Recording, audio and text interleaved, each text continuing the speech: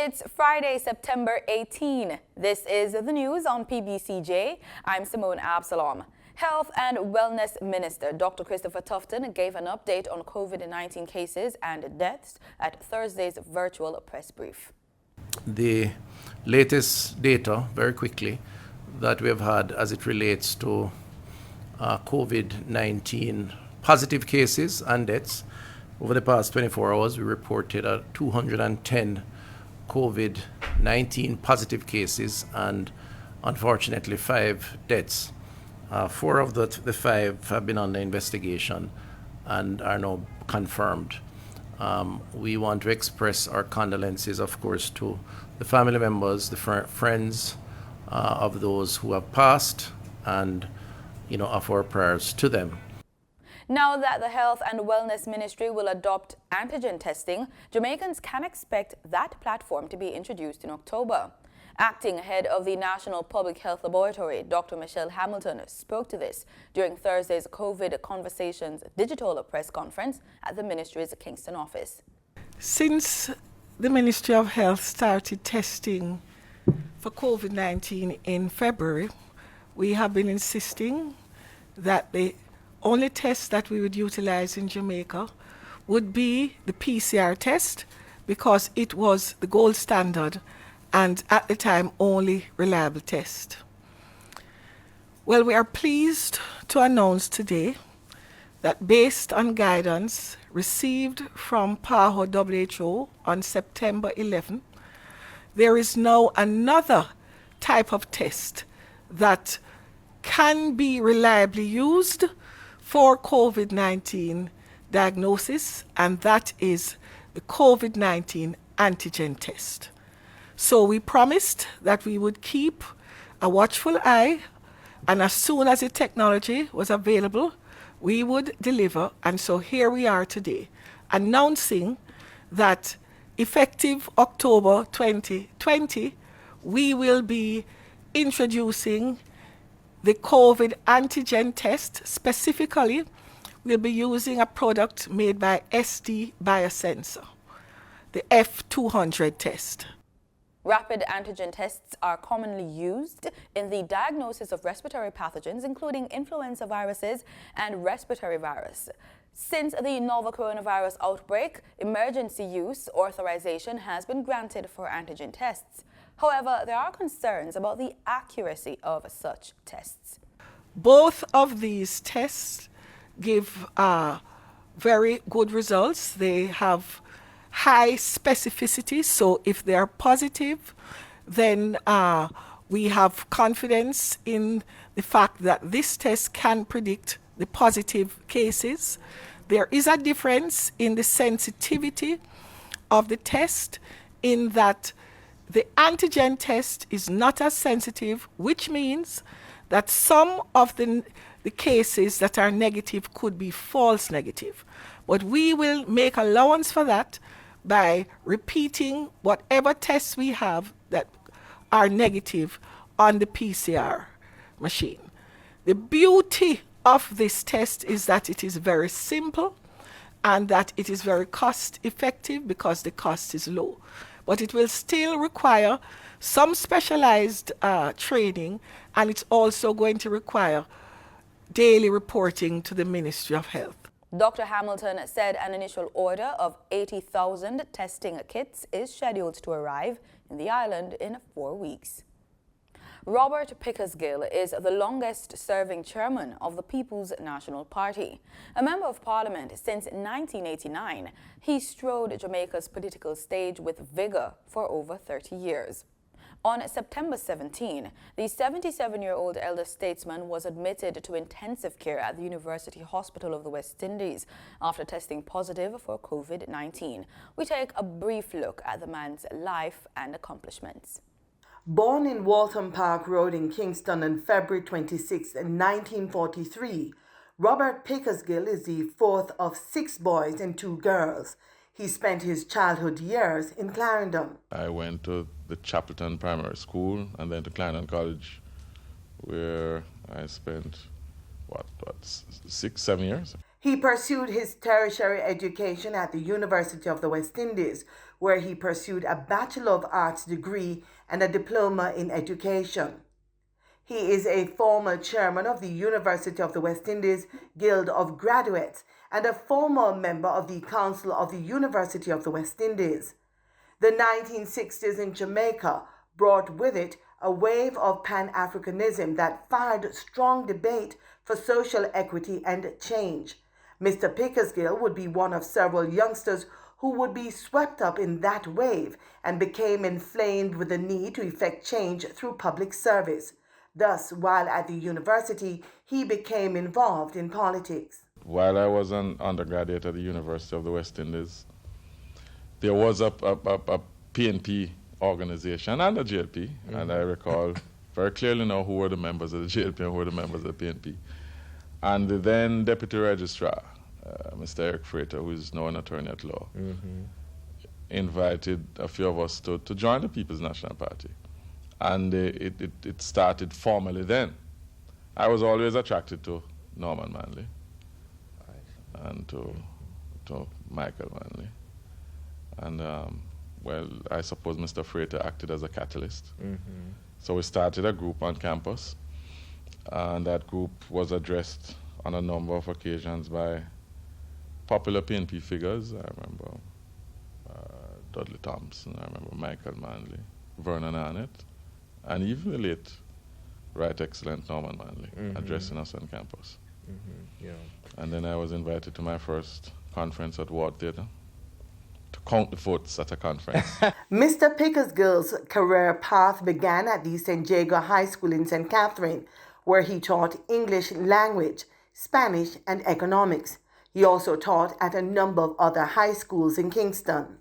In the DPED course there, you had various teaching sessions at a number of schools. I remember Arden, KC, and Immaculate Conception, where we were told that, Franklin and myself were told that we were the first 2 male teachers to have taught there. I rather enjoyed it. Teaching is quite a profession. He transitioned into the field of law while expanding his political involvement.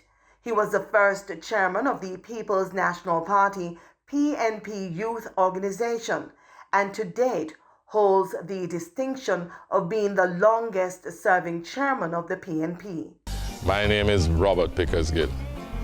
I'm popularly called Bobby Pickersgill. I happen to be the proud chairman of our distinguished and noble party. I have the honor to represent Northwest St. Catherine, where what we say during this campaign is still nobody but Bobby. And that is so because of the record of performance. A member of Parliament since 1989, Mr. Pickersgill served 6 consecutive terms as the Member of Parliament for Northwest St. Catherine. He served the country in various ministerial capacities, including as Minister of Water, Land, Environment, and Climate Change. More than any other issue, climate change poses a direct threat to any and all attempts to achieve sustainable development and, by extension, our Vision 2030 goals. The Climate Change Division was established out of sheer necessity. The first-hand evidence of climate change really came from experiences of ordinary Jamaicans, more so the fisher folk. And all of that came together to say, well, you know, we had better to prepare to adapt and mitigate. With the world staring down the barrel of changing weather patterns, he sought to make Jamaica and Jamaicans resilient in weathering the effects of climate change. He pushed for a climate change vulnerability study, prioritized measures to build institutional capacity for climate risk analysis, planning, and an adaptation and climate change action plan. In April 2020, the 77-year-old veteran politician appealed to his constituents in St. Catherine Northwest to abide by the restrictions the government announced to lessen the spread of the highly contagious coronavirus COVID-19. After having a long and distinguished political career, Robert Pickersgill bowed out of representational politics in August 2020. For the news on PBCJ, I'm Carol Francis. The advent of the novel coronavirus has forced many Jamaicans to rethink how they should structure their business in order to adhere to physical distancing protocols. Thousands of Jamaicans are now working from home to reduce the number of bodies inside a building. Head of the Pbcj Labour Institute, Danny Roberts, says work-from-home arrangements will likely be a long-term feature across the labour landscape. We spoke to him on the policies already in place to facilitate such measures and how it affects workers. Most schools have been closed since March this year, and now many are still adjusting to the new norm of online classes. The Hugh Lawson-Herah Trade Union Education Institute is part of the open campus of the University of the West Indies, Mona. Naturally, we began by asking Mr. Roberts about his institution's experience of online transition for students and workers.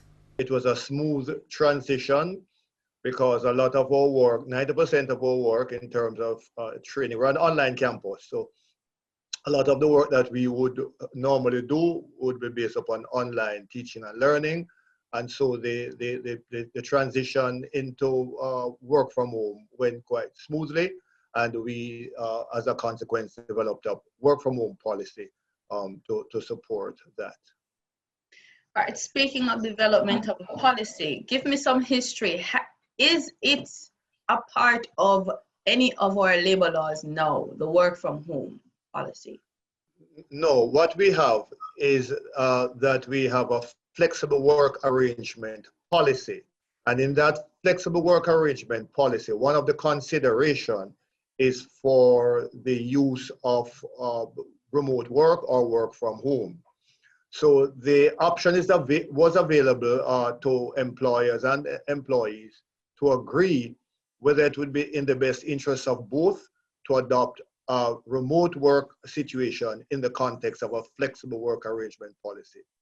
What COVID-19 has done is that it has not only accelerated that process, but it has also widened it. So the scope for work from home has now become a necessity, and therefore a number of companies are now struggling to develop appropriate policies to be able to deal with work from home. The Institute has assisted a number of public and private sector organizations in developing policies, and we do initial training and exposure in work from home to look at some of the underlying issues. There are psychological issues that comes from that. Talk about compensation, communication, work health and safety issues, questions of compliance with authorities policy, who deals with matters relating to accidents and issues of that nature, and how do we ensure that workers who work from home are not unfavorably, is that an unfavorable advantage or disadvantage as a result of working from home vis-a-vis those who work at the office. So these are issues which arise in the practical adaptation of work from home policies, and these are things that we have developed, helped to develop the protocol on, the policy on, and do some teaching at the Institute. Join us Monday for more on the work from home practice in Jamaica. PAHO Director Carissa Etienne has recommended a series of measures for minimizing transmission and adapting spaces to make them as safe as they can be as countries reopen. The PAHO boss says resuming near normal public activities at this time is expected, but COVID-19 is still here and the situation still needs controlled intervention.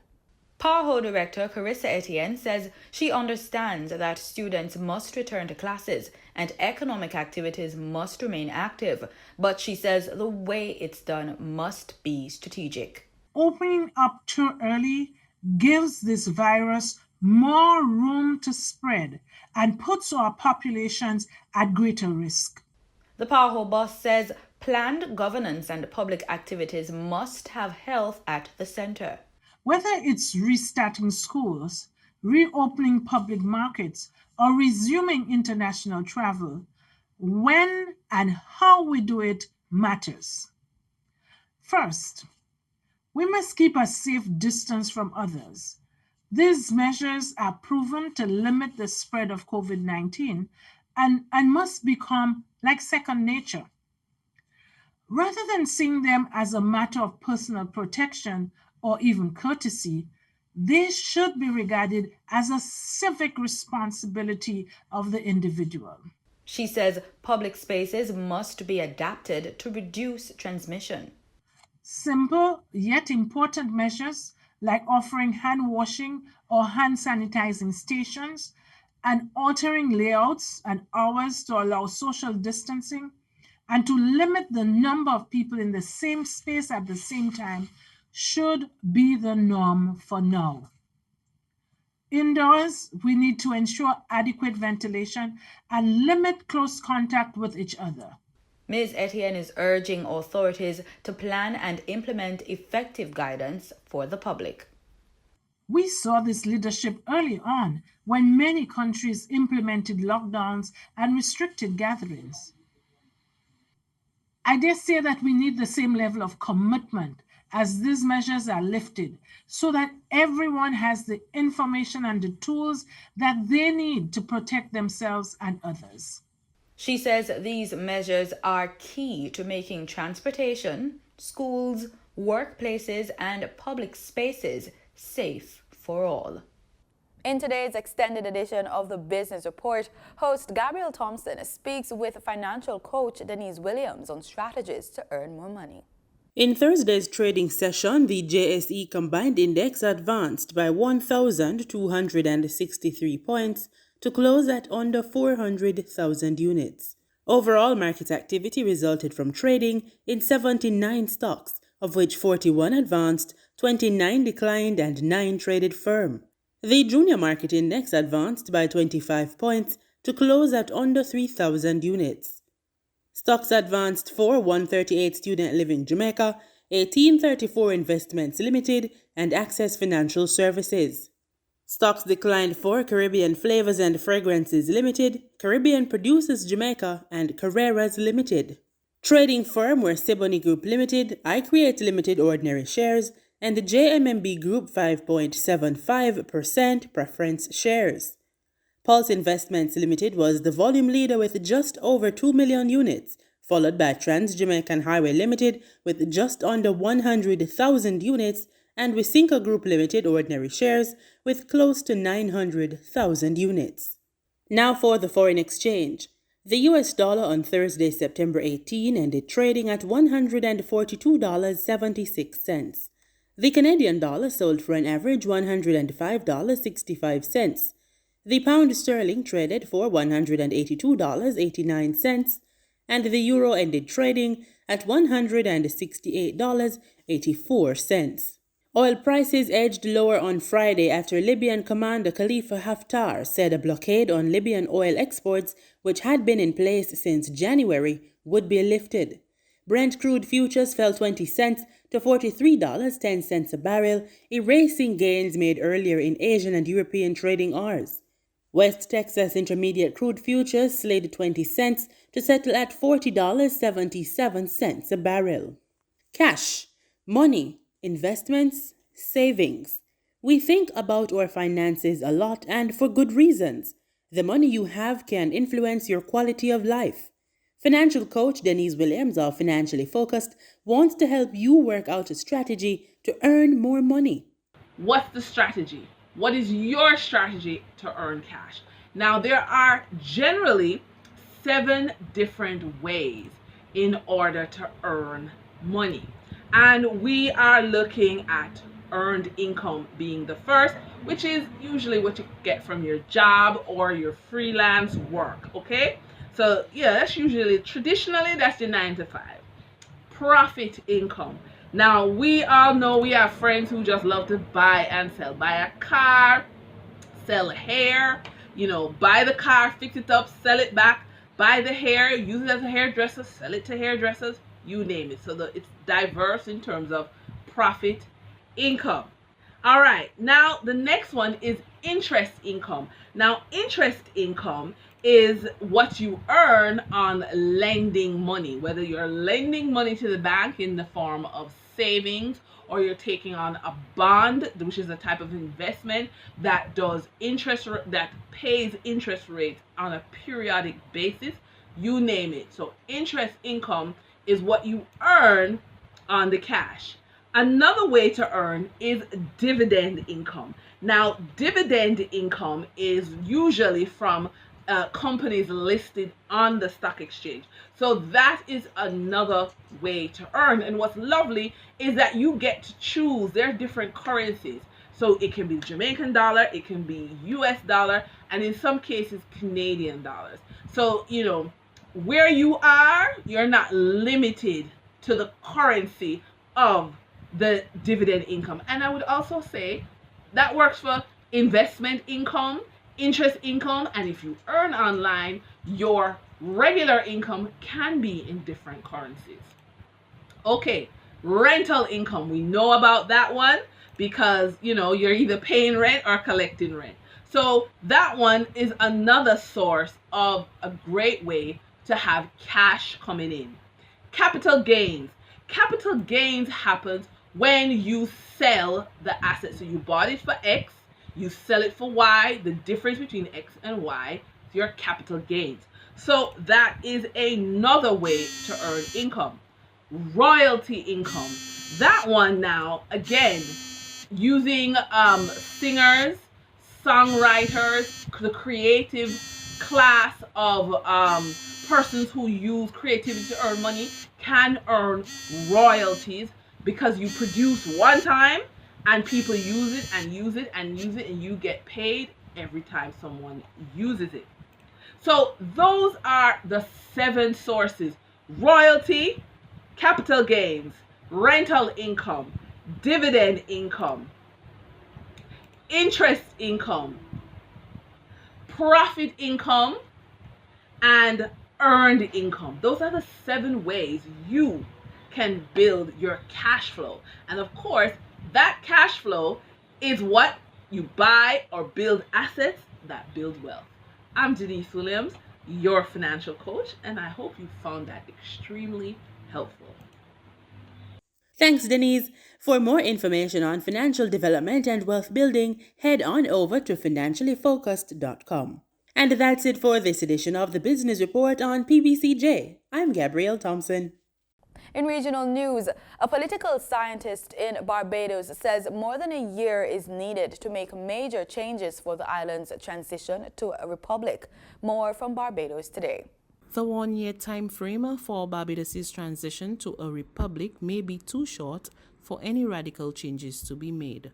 That's the view of political scientist Dr. Christina Hines, who believes that by November 2021, the major feature of Barbados' new republic would be a president whose duties are identical to those of a governor-general.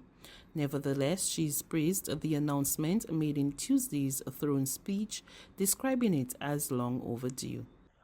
What kind of functions will this president have? How will those functions relate to those in the cabinet and that of the prime minister? If this is just a ceremonial president, which I suspect it will be, then it's quite similar to the governor general. But if the government of Barbados wants to do something that is more radical, I think it probably will take longer than a year to have something more radical than that, because you would be significantly changing our political system. If it is a president that we have to vote for, then that would require some changes to how we run our elections, whether we may have two elections, I don't know. So I suspect that we will have a ceremonial president.